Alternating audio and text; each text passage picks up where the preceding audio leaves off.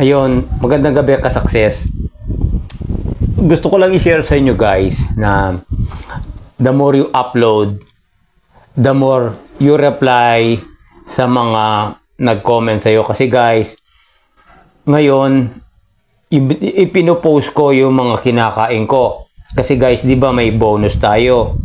I-enjoy lang natin yon kasi guys, hindi na itatanong sa in-stream ads, 0 earning tayo. So, ngayon, napaparami yung post ko. For example, yung ulam ko kaninang tanghali, munggo, tapos may on the side siya na piniritong isda.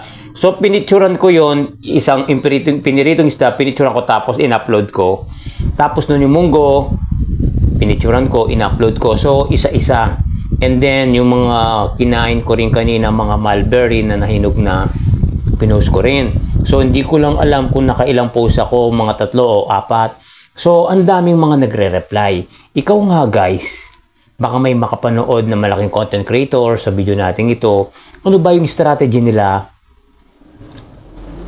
O ano, paano nila nire-replyan yung maraming comments sa Facebook? Kasi kaka-type ng mga message na re-replyan sila guys.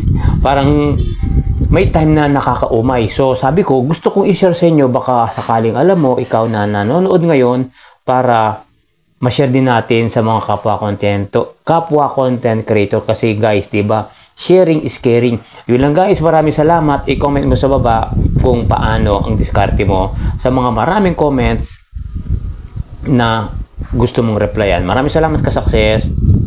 At ito, nagtimpla ako ng Milo. Yan, parang kape pero Milo yan. Higop muna tayo. Ayun, maraming salamat ka-success and bye-bye. See you sa susunod nating mga video. Thank you po.